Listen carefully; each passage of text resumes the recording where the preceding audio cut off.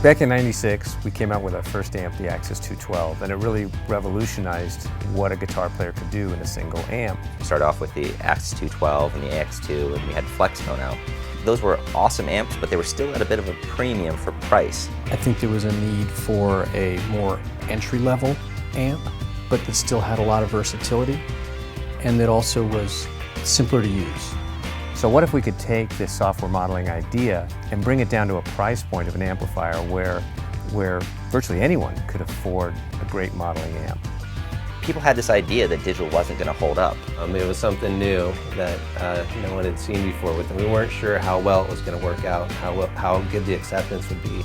So one of the first goals with Spider was to get the sound quality and the feature set down into a price range where it was more affordable to have this experience than it was to actually get it in its analog counterpart.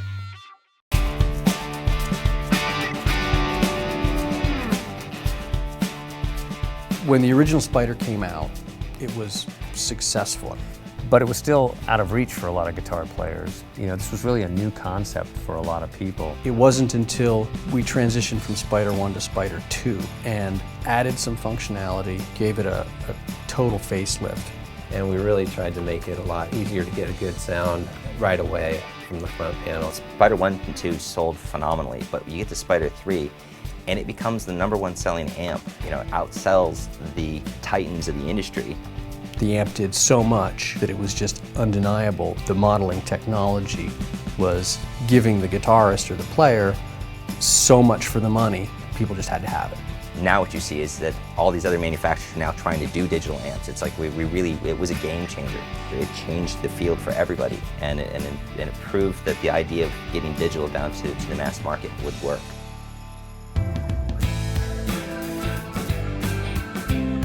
Some of the big things we wanted to do for Spider 4 to improve it over the previous generation of amps was to improve the things that people had been asking about.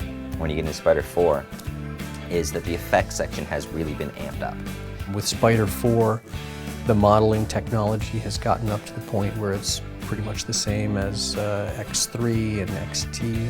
The effects section now takes the effects that were available in a Pod XT level product or Pod X3, and it brings those to a Spider customer.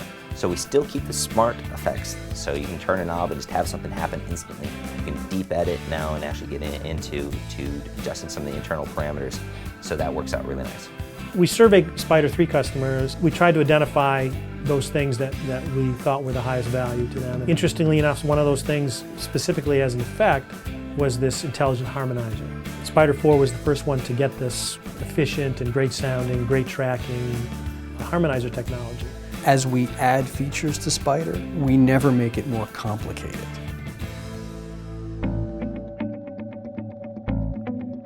Now that the Spider's foot pedals have USB, it opens up a whole nother arena of possibilities, namely the ability to update your Spiders. Our foot pedals work as fully functional USB foot controllers for your computer, and then when you're ready for a gig, you can pack them up with your Spider, and now it's a live performance pedal board too. It's not a toy amp. It never was, but it's now playing with the big boys. And I've done blindfold listening tests. Let's just see how it plays against an $1,800 amp. On multiple occasions, had everybody choose in a blindfold test, choose this Spider over the expensive amps, and it's pretty surprising. You're able to discover your own sound. We're not trying to limit you in any way. If you prefer things clean or crunch or over-the-top insane, it's all in there for you. The Spider's really great for everyone. You step back and you think, wow, that's really a cool amp. We're really proud of it. Any guitarist at any level can appreciate a Spider.